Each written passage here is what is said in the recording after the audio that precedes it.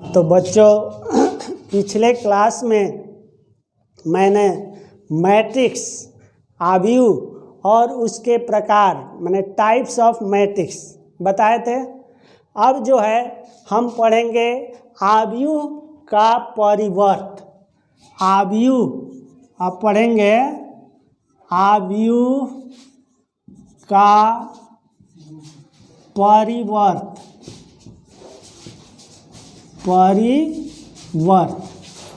जिसको अंग्रेजी में कहेंगे ट्रांसपोज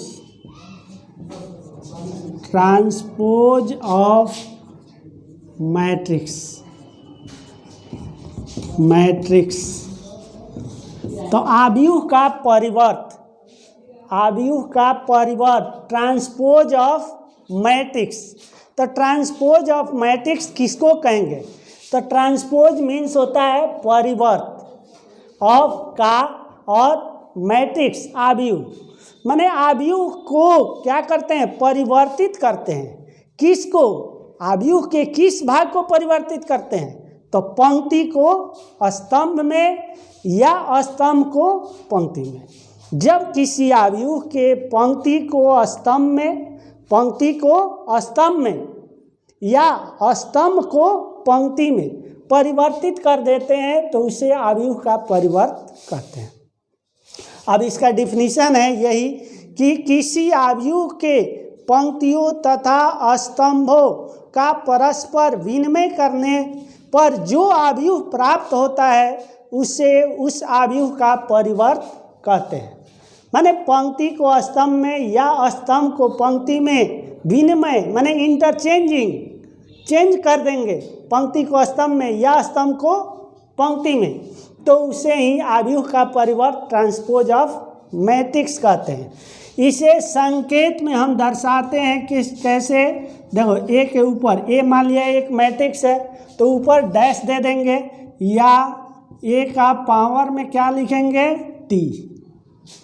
ए डैश या ए का पावर टी देते हैं तो ए डैश या ए का पावर टी, इसका अर्थ हुआ क्या? ए का परिवर्त। इसको हम पढ़ेंगे ए का परिवर्त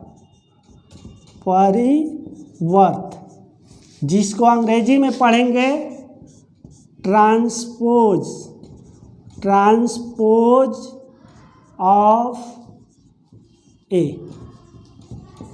यही इसका क्या है? संकेत में दर्शाते हैं। ए के ऊपर डैश रहेगा या ए का पावर में क्या रहेगा? टी। इसका अर्थ हुआ ए का परिवर्त ट्रांसपोज ऑफ ए। माने एक मैट्रिक्स हुआ उस पे डैश या टी रहेगा तो उसका अर्थ होता है परिवर्त, जिसको अंग्रेजी में कहेंगे ट्रांसपोज। तो ट्रांसपोज परिवर्त ज्ञात करने के लिए मेन कंसेप्ट यही है कि पंक्ति को स्तंभ में या स्तंभ को पंक्ति में परिवर्तित कर देंगे। तो देखो एग्जाम्पल से क्लियर हो जाएगा। एग्जाम्पल दे रहे हैं। मान लिया ए इक्वल टू एक मैट्रिक्स है, दिया है 2 4 6 7 8 9 11 2 3 एक मैट्रिक्स है। अब किस कोटि का मैट्रिक्स है? तो कोटि ऑर्डर इसका क्या होगा मैट्रिक्स का? तो इसमें देखते हैं कि 3 पंक्ति है और 3 स्तंभ है। 3 पंक्ति और 3 स्तंभ है तो ऑर्डर होगा क्या इसका? 3/3। पंक्ति के संख्या बाई स्तंभ के संख्या क्या कहलाता है? ऑर्डर कहलाता है। पिछले क्लास में बताए थे ऑर्डर ऑफ मैट्रिक्स आव्यूह की कोटि। तो पंक्ति के संख्या अब बाई गुना का चिन्ह देते हैं लेकिन पढ़ते हैं क्या? बाई। तो पंक्ति के संख्या बाई स्तंभ की संख्या होता है। अब ये इक्वल टू एक मैट्रिक्स दिया हुआ है। अब इसका हमको क्या निकालना है? परिवर्त ज्ञात करना है। मान लो एग्जाम्पल में दे दिया ए इक्वल टू मैट्रिक्स तो कहेगा तो आव्यूह ए का परिवर्त ज्ञात कीजिए। तो आव्यूह ए का परिवर्त तो ए का डैश दे देंगे या ए का पावर टी, जिसको पढ़ेंगे ट्रांसपोज ऑफ ए माने आव्यूह ए का परिवर्त।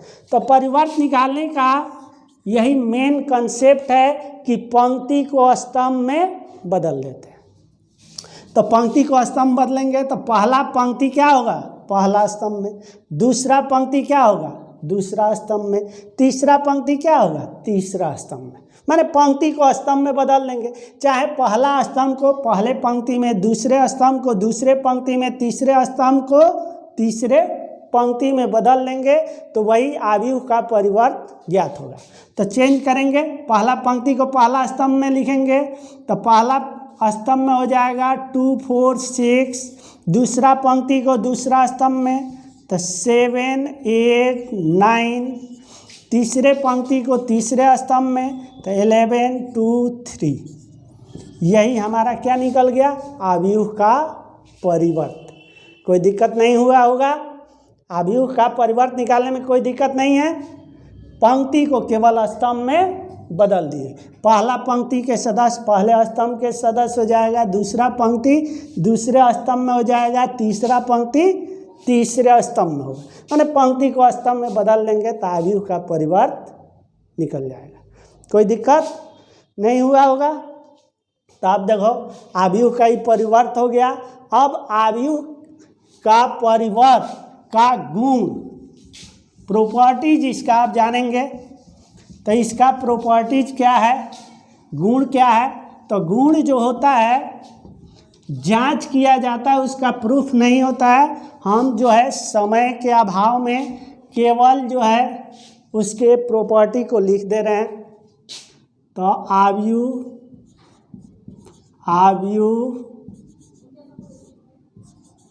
का गुण, जिसको अंग्रेजी में कहेंगे properties of matrixes. Properties of matrixes, आव्यूह का गुण, आव्यूह का गुण नहीं, आव्यूह का परिवर्त का गुण, आव्यूह का परिवर्त का गुण, प्रॉपर्टीज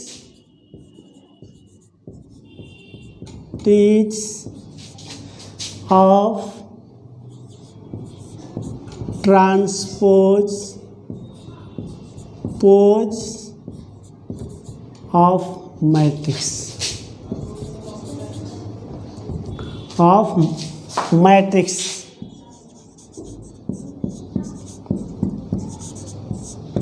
आव्यूह का परिवर्त का गुण, properties of transpose of matrix.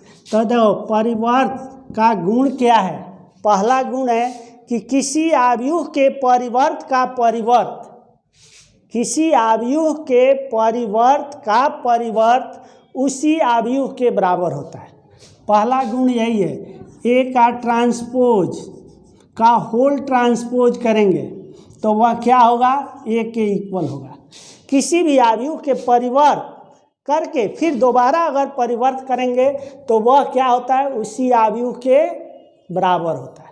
यही पहला गुण है। अब इसको जांच करने के लिए कोई ये बराबर एक आव्यूह मान लेंगे, फिर उसका परिवर्त निकालेंगे, जो आएगा उसका फिर परिवर्त करेंगे तो आव्यूह ए के क्या होगा, बराबर होगा। दूसरा गुण है कोई दो आव्यूहों के योग का परिवर्त उसके परिवर्त के योग के बराबर होता है। कोई दो आव्यूह के योग का परिवर्त उसके परिवर्त के योग के बराबर होता है।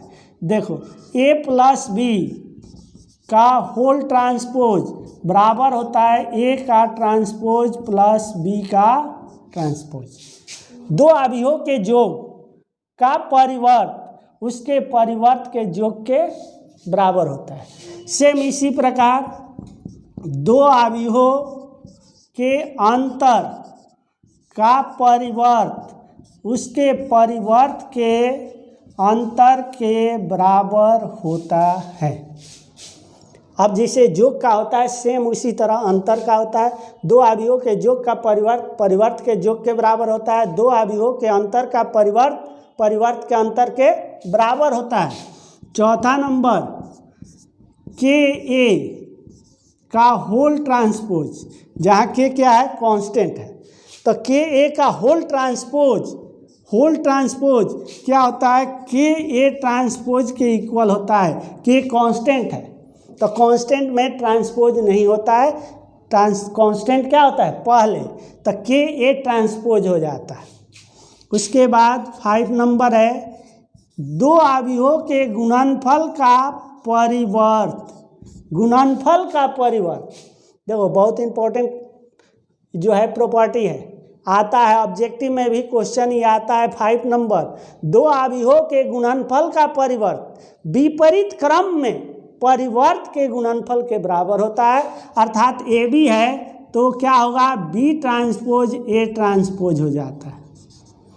दो अवयवों के गुणनफल का परिवर्त विपरीत क्रम में हो जाएगा। ए बी है तो बी ए, बी ए है तो ए बी, सी डी है तो डी ए डी सी हो जाएगा। विपरीत क्रम में परिवर्त के गुणनफल के बराबर होता है। यही जो है 5 अवयव के परिवर्त का गुण हो गया। अवयव के परिवर्त का 5 गुण है।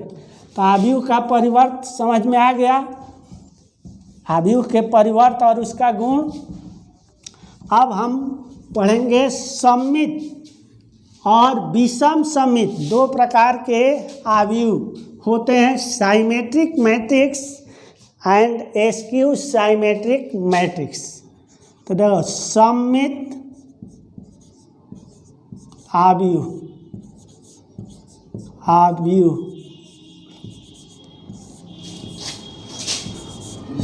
Symmetric matrix.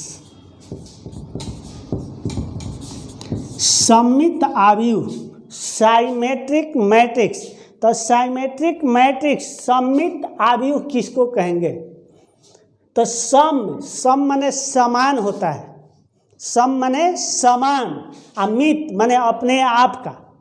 तो जो अपने आप के समान हो, अर्थात जिसके पंक्ति को स्तंभ में या स्तंभ को पंक्ति में परिवर्तित करेंगे, बदलेंगे, तो जो नया अवयव होगा उसी अवयव के बराबर होगा, तो वह कहलाएगा सममित अवयव साइमेट्रिक मैट्रिक्स।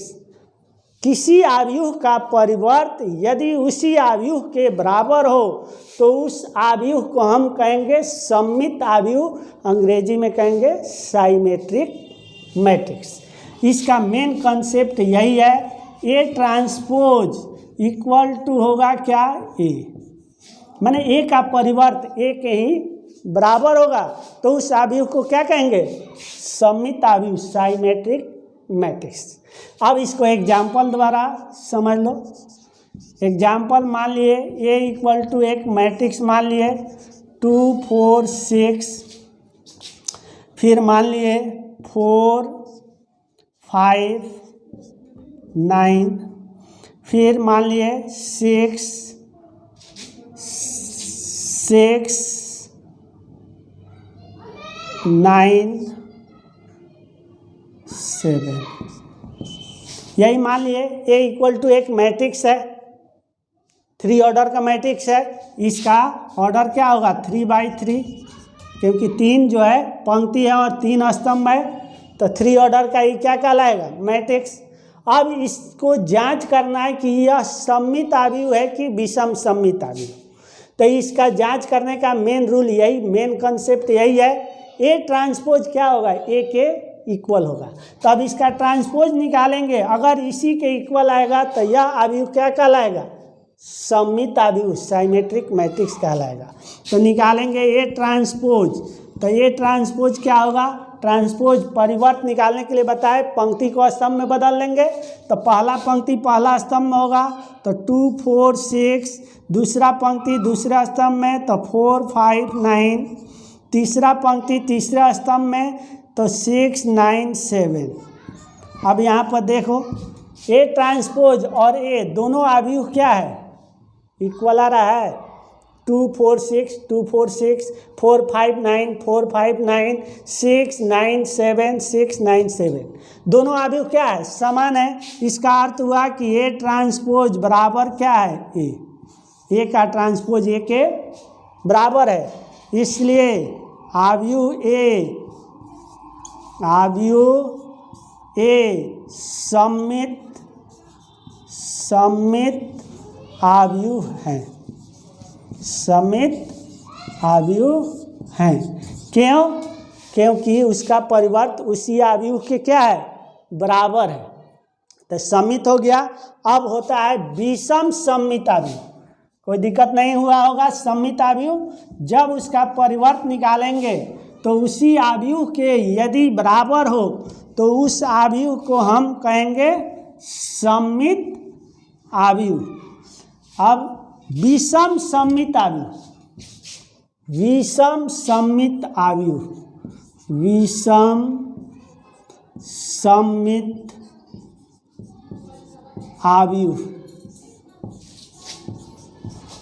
जिसको अंग्रेजी में कहेंगे एस्क्यू साइमेट्रिक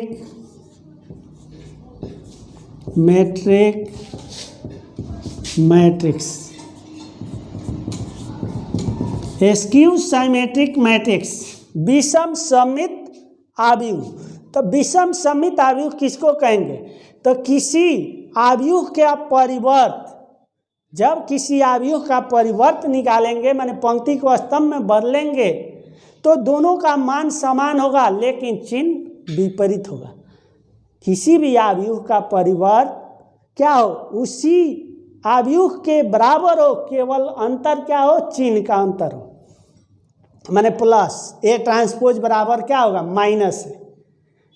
तो जब किसी अवयव का परिवर्त क्या होगा, विपरीत चिन्ह वाला होगा उसी अवयव के, माने A transpose equal to minus A के इक्वल हो।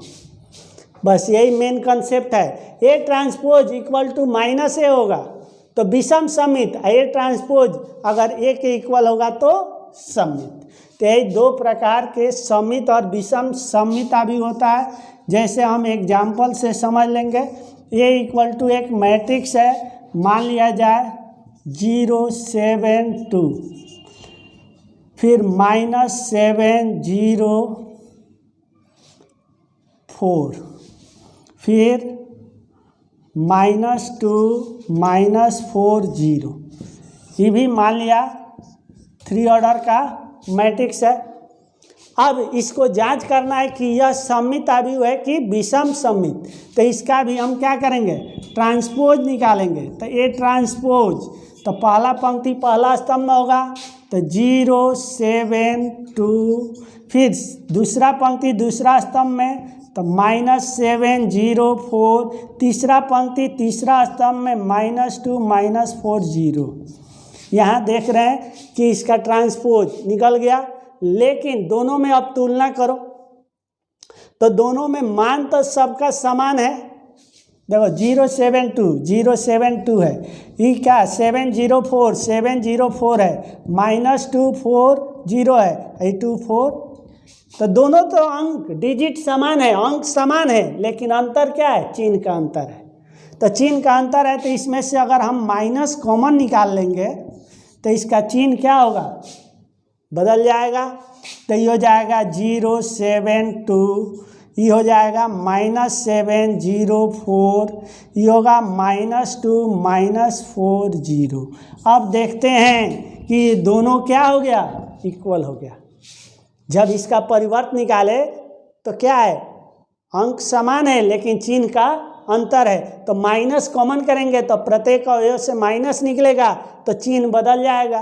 तो जब चिन्ह बदल गया तो अब ये क्या हो गया, ए के इक्वल हो गया, अर्थात -a। तो ए का ट्रांसपोज -a के इक्वल आ जाए तो अवयव ए क्या कहलाएगा, विषम सममित अवयव।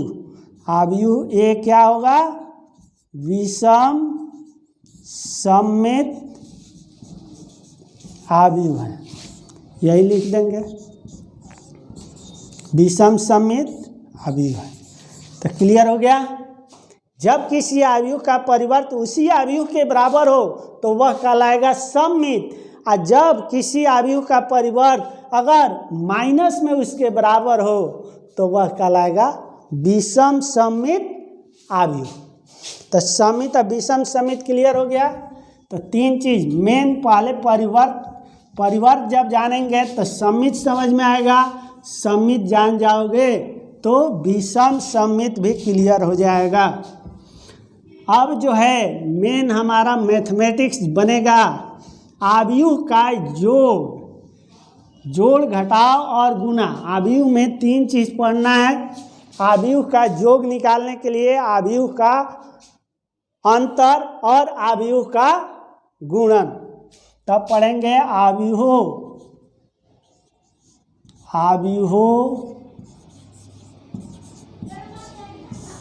का योग, जिसको अंग्रेजी में कहेंगे एडिशन ऑफ मैट्रिक्सेस।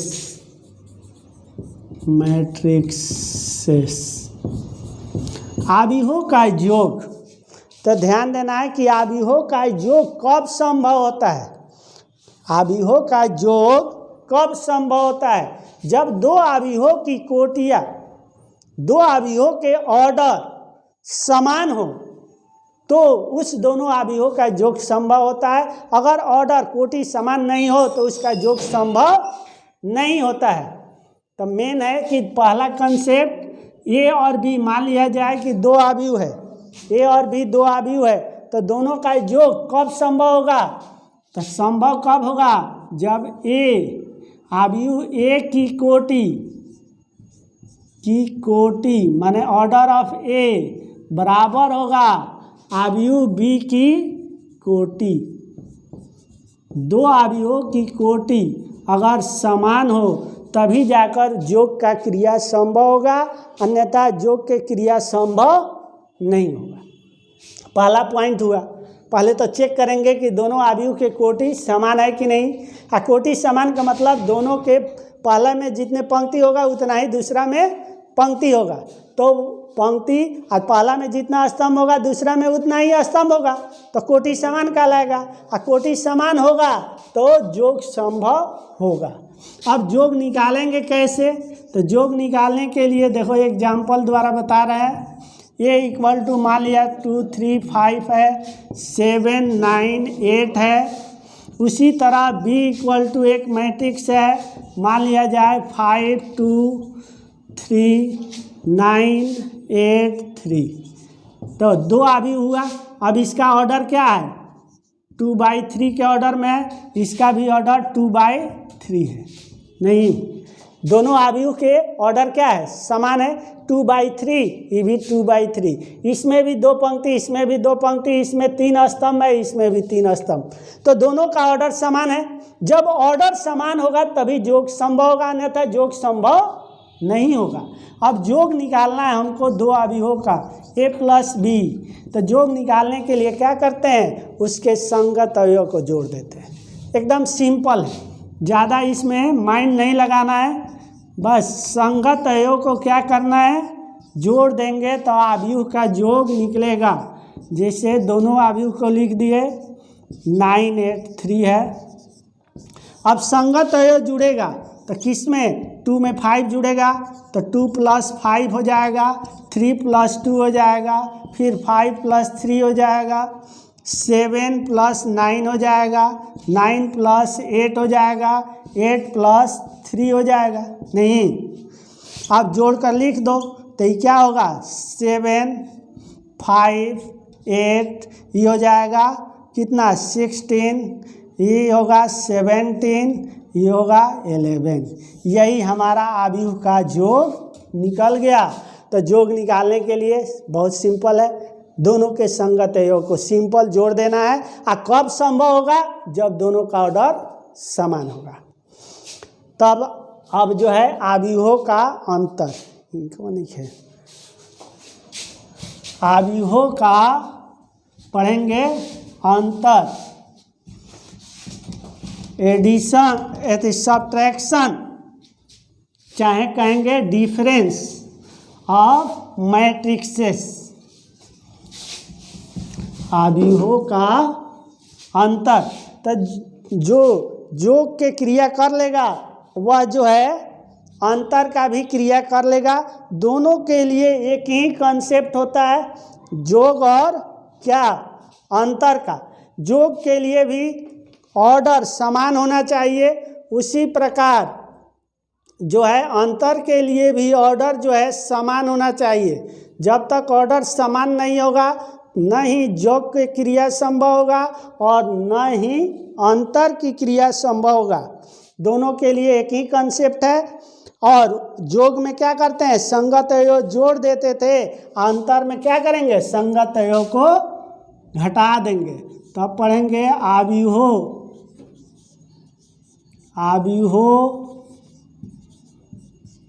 का अंतर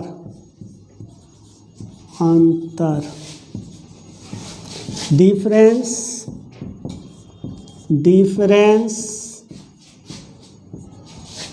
ऑफ मैट्रिक्सेस।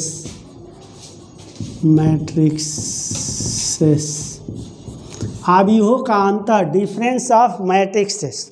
तो दो आव्यूहों का अंतर कब संभव होगा, जब दोनों का ऑर्डर कोटि क्या होगा, समान होगा। माने ए की कोटि माने ऑर्डर ऑफ ए बराबर होगा क्या, बी की कोटि, ऑर्डर ऑफ बी। यही मेन कंसेप्ट हुआ। ए की कोटि ऑर्डर ऑफ ए बराबर होगा बी की कोटि ऑर्डर ऑफ बी, तब जाकर अंतर संभव होता है। अब अंतर निकालेंगे कैसे, देखो एग्जाम्पल। ए इक्वल टू मान लिया जाए 3, 5, 2, 7। बी इक्वल टू एक मैट्रिक्स है, मान लिया 7, 3, 8, 2। अभी यहाँ पे हम क्या किए, सिंपल एग्जाम्पल ले लिए। 2 के ऑर्डर में मैट्रिक्स है 2/2, इसका भी ऑर्डर क्या है 2/2।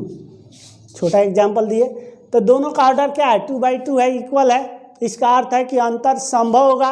अब अंतर निकालेंगे a माइनस बी, तो a का वैल्यू रख दो 3, 5, 2, 7, फिर माइनस होगा b 7, 3, 8, 2। अब इसको घटाएंगे तो घटाओ, 3 माइनस क्या होगा 7, ये होगा 5 माइनस 3, ये 2 माइनस 8 होगा, ये 7 माइनस 2 होगा, तो कितना हो जाएगा, ये होगा -4, ये होगा 2, -6, 5। यही क्या निकला, आव्यूह का अंतर, घटाव निकला। दो आव्यूहों को इस प्रकार घटा सकते हैं, सब्ट्रैक्शन ऑफ मैट्रिक्सेस हो गया। तो डिफरेंस ऑफ मैट्रिक्सेस या सब्ट्रैक्शन ऑफ मैट्रिक्सेस में क्या करते हैं, संगत अवयव को घटाकर लिख देना है, सिंपल है, कोई इसमें दिक्कत नहीं होगा। चलो अब जो है जोड़ घटाव हो गया। अब जो है एक अदिश से आव्यूह का गुणन, कोई आव्यूह में किसी अदिश का गुणन, आप देखेंगे उसके बाद आव्यूह का गुणन। इतना अगर थ्योरी याद रखोगे तो किसी भी बुक का कोई भी मैट्रिक्स का क्वेश्चन बना लोगे। मेन जो है मैथ में क्या होता है, थ्योरी होता है। थ्योरी जो पकड़ लेगा कोई भी प्रकार के मैथ आएगा वह बना सकता है। तो आव्यूह का एक अदिश से गुणन, आव्यूह का एक अदिश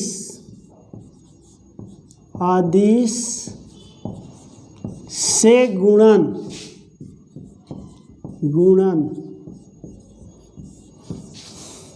आव्यूह का एक अदिश से गुणन, मल्टीप्लिकेशन ऑफ क्या, ए मैट्रिक्स, मल्टीप्लिकेशन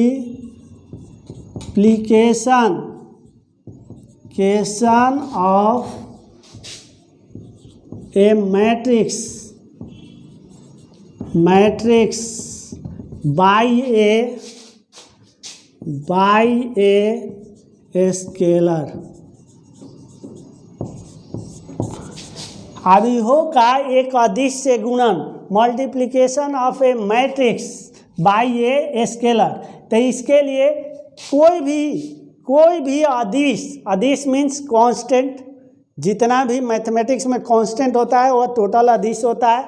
तो कोई भी कांस्टेंट से अवयव में गुणा करना हो तो उस अदिश से अवयव के प्रत्येक अवयव में गुणा हो जाता है। एकदम सिंपल है, थोड़ा सा भी इसमें माइंड नहीं लगाना है। देखो एग्जाम्पल से क्लियर होगा। ए इक्वल टू मान लिया मैट्रिक्स है 2 4 3 5 7 8, कोई भी एलिमेंट ले लो, मान लिया जाए कि एक मैट्रिक्स है। अब इसमें हमको 5 से गुणा करना हो, निकालना हो क्या, 5 है 2a 3a 6 है, कोई भी अदिश से गुणा करना हो तो ये हो जाएगा 5 इंटू 2 4 3 5 7 8। अब क्या करेंगे, 5 से गुणा करेंगे तो 5 से प्रत्येक अवयव में गुणा होता है अवयव के। लेकिन यही आगे पढ़ेंगे सारणिक डिटर्मिनेंट में वैसी बात नहीं है। डिटर्मिनेंट में जब गुणा होगा तो किसी एक पंक्ति या किसी एक स्तंभ में गुणा होता है, लेकिन मैट्रिक्स में क्या होता है, प्रत्येक अवयव में गुणा होता है। तो इस 5 से क्या होगा, प्रत्येक अवयव में गुणा होगा तो 2 गुने 5 हो जाएगा, 4 गुने 5 होगा, 3 गुने 5 हो जाएगा, फिर 5 गुने 5 हो जाएगा, 7 गुने 5, 8 गुने 5। तब गुना कर देंगे तो कितना हो जाएगा, 10 20, ये 15 हो जाएगा, ये हो जाएगा 25 35 40। यही क्या हुआ, अवयव का एक अदिश से गुणन निकल गया, कोई दिक्कत नहीं होगा। तो यह अदिश से अवयव का गुणन 5a 6a 7a 10a कोई भी निकालना हो तो उससे क्या होता है, अवयव के प्रत्येक अवयव में गुणा हो जाएगा। अब अवयवों का, दो अवयवों का गुणन थोड़ा सा यह जो है डिफिकल्ट पड़ता है, इसलिए गौर से इसको ध्यान देना कि दो अवयवों का गुणन कैसे निकालेंगे। मल्टीप्लिकेशन ऑफ मैट्रिक्सेस, अवयवों का गुणन मल्टीप्लिकेशन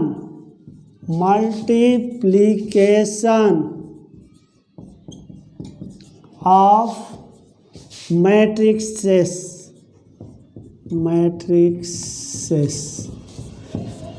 तो इसके लिए दो चीज़ ध्यान देना है। पहला पॉइंट क्या है, पहला पॉइंट है यही देखना है कि अवयवों का गुणन संभव है कि नहीं है। तो दो अवयवों का गुणन कब संभव होगा, तो दो अवयवों का गुणन कब संभव होगा, जब पहले अवयव का स्तंभ दूसरे अवयव के पंक्ति के बराबर हो। यही मेन कंसेप्ट है। गुणन के क्रिया कब संभव होगा, जब पहले अवयव के स्तंभ दूसरे अवयव की पंक्ति के बराबर होगा। यही मेन कंसेप्ट है। मान लिया ए और बी दो अवयव है तो दोनों अवयव का गुणन ए बी कब संभव होगा, जब अवयव ए का स्तंभ बराबर होगा अवयव बी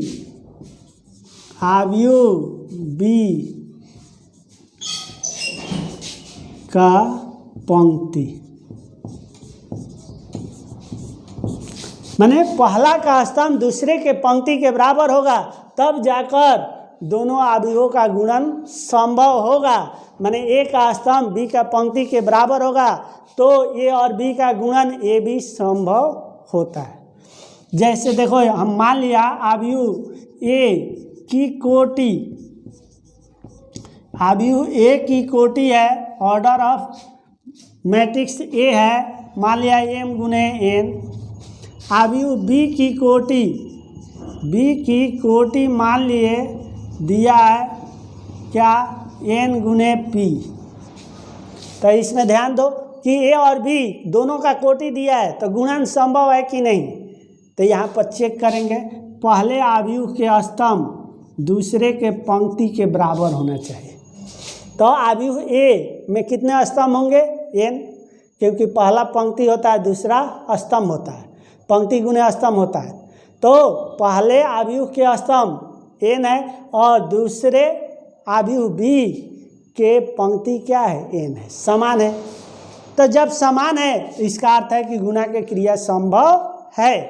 अब दोनों आव्यूह को गुणा करेंगे तो ए बी की कोटि क्या होगा?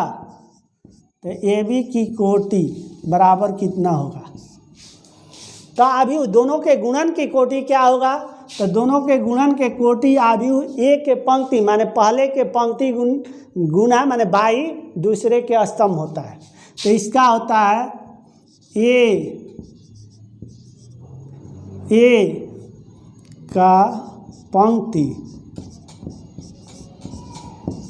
और बाई बी का स्तंभ। यही मेन कॉन्सेप्ट है। दो आव्यूहों के गुणा करेंगे तो उसका कोटि क्या होगा? ए के पंक्ति और गुने बी का स्तंभ, माने पहला का पंक्ति गुने दूसरा का स्तंभ, अर्थात m गुने p। क्लियर हो गया? आता है ऑब्जेक्टिव में ए और बी दो आव्यूह दिया हो तो कहेगा ए बी के कोटि होगा। अच्छा, ए और बी दो आव्यूह दिया हो तो कहेगा दोनों का गुणन कब संभव होगा? तो दो ऑब्जेक्टिव क्वेश्चन यहीं से बन जाता है। तो ये तो हो गया कि कब संभव होगा, दो पॉइंट हुआ। संभव कब होगा और गुणा करेंगे तो उसका कोटि क्या होगा?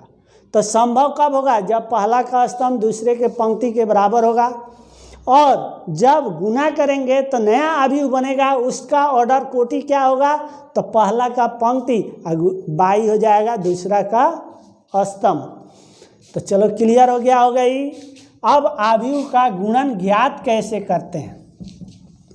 आव्यूह का गुणन निकालने के तरीका बता रहे हैं। देखो एग्जाम्पल, ए इक्वल टू मान लिया जाए एक मैट्रिक्स है 2 4 3 5 2 मान लिया 6, और बी ये कितने ऑर्डर का मैट्रिक्स हुआ? 2/3, और बी इक्वल टू मान लिया मैट्रिक्स है 3 2 5 3 4 7। यही मान लिया जाए कि दो मैट्रिक्स है, इसका ऑर्डर है 3/2। अब इस दोनों का गुणन ए बी संभव है कि नहीं?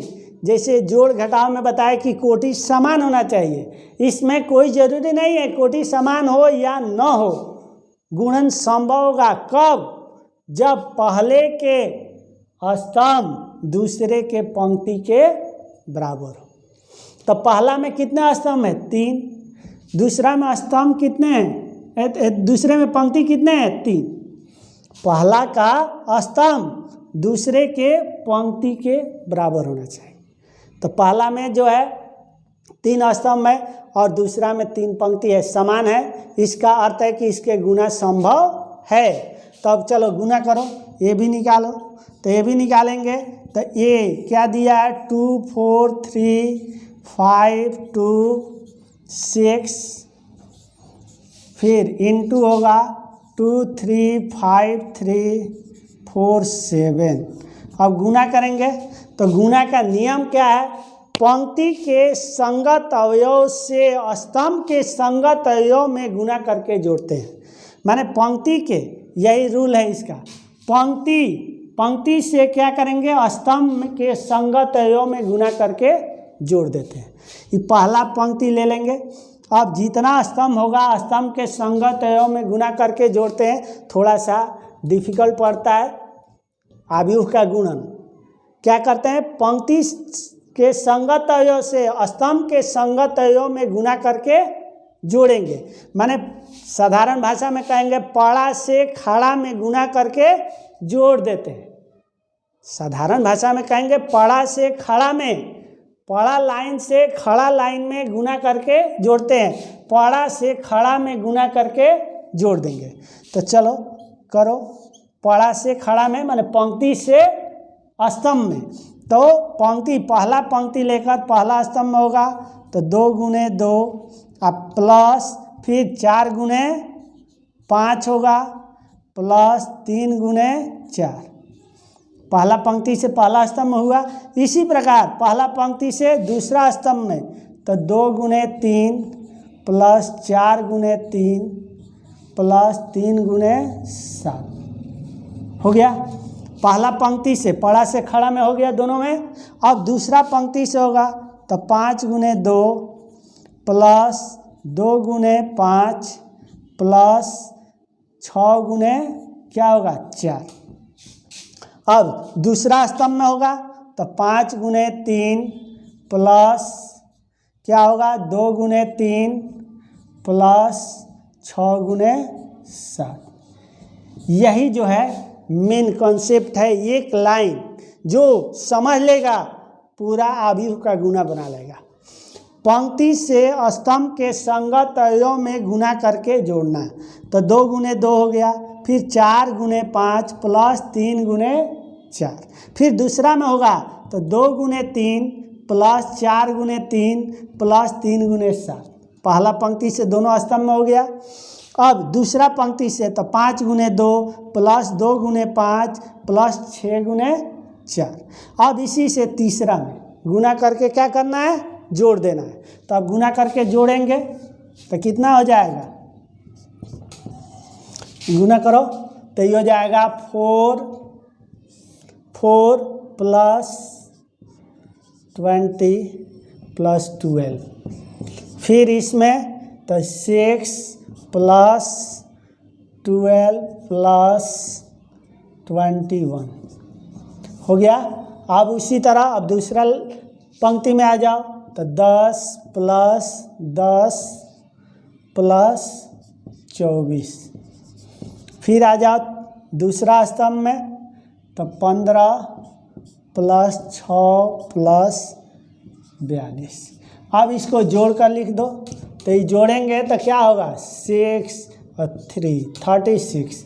इसको जोड़ेंगे तो कितना होगा 6 और 2 8 8 और 1 9 और 3 39। इसको जोड़ेंगे तो क्या हो जाएगा 44।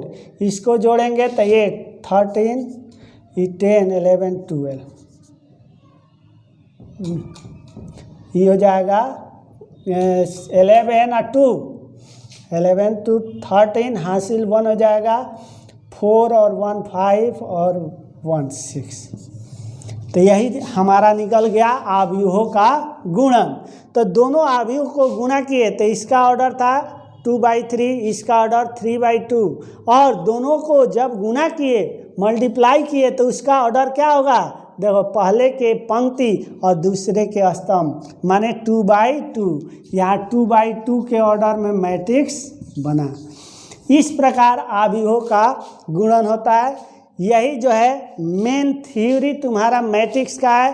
अगर ये 2 क्लास बताए, फर्स्ट क्लास पिछले क्लास दिए थे थ्योरी का, ये सेकंड क्लास हुआ। ये दोनों क्लास जो है मैथमेटिक्स के मैट्रिक्स का टोटल थ्योरी हुआ। और इसी कॉन्सेप्ट को जो पकड़ लेगा मैट्रिक्स का टोटल एक्सरसाइज बना लेगा। तो ठीक है, इतना ही तक रहने दे रहे हैं इस क्लास में। अब अगले क्लास में हम पढ़ेंगे अवयव का मैट्रिक्स का एक्सरसाइज। ठीक, ओके, बंद करो।